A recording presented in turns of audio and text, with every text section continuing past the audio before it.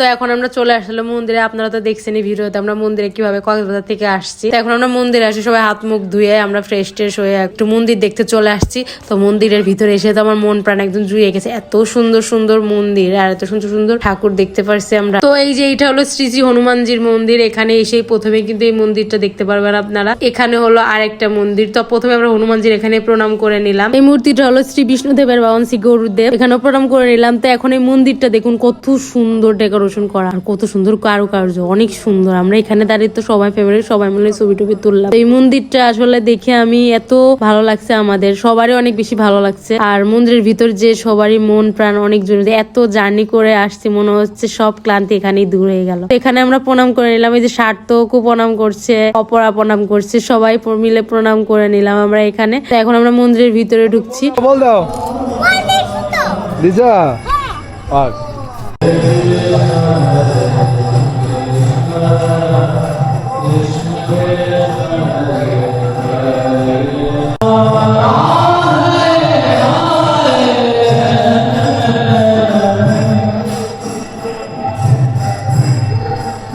হ্যাঁ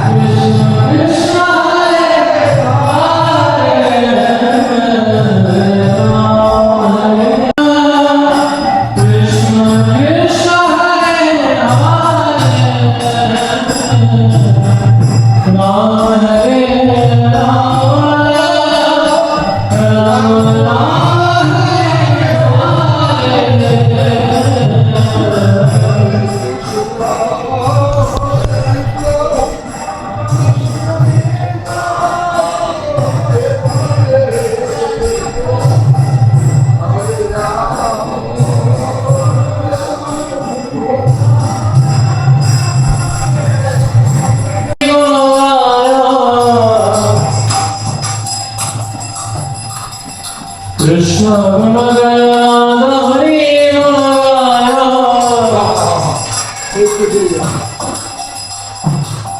মনে মনে সুখে কৃষ্ণ এত সুন্দর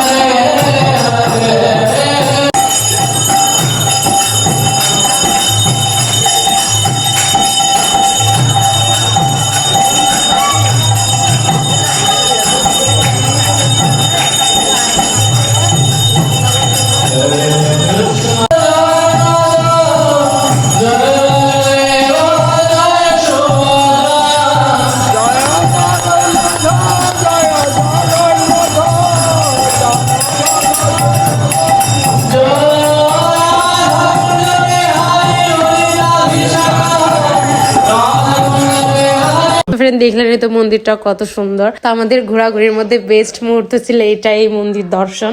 তো এখন আমরা পরিক্রমা করছি, পরিক্রমা করার পর আমরা চলে আসছি একটু বাইরে ছবি তুলতে মন্দিরের সামনে ফ্যামিলির সবাই মিলে ছবি টবি তোলার পর আমরা এখন খাওয়া দাওয়া করবো দুপুরবেলায় মন্দিরেই। তো সার্থক কিন্তু এই ভিডিওটা করছিল, তারপরও মোটামুটি বেশ সুন্দরই হয়েছে ভিডিওটা। তো আজকের মতো আমরা ভিডিওটা এখানে শেষ করে দিই। ভালো লাগা অবশ্যই লাইক করে দিবেন আর চ্যানেলটাকে সাবস্ক্রাইব করে সবসময় পাশে থাকবেন।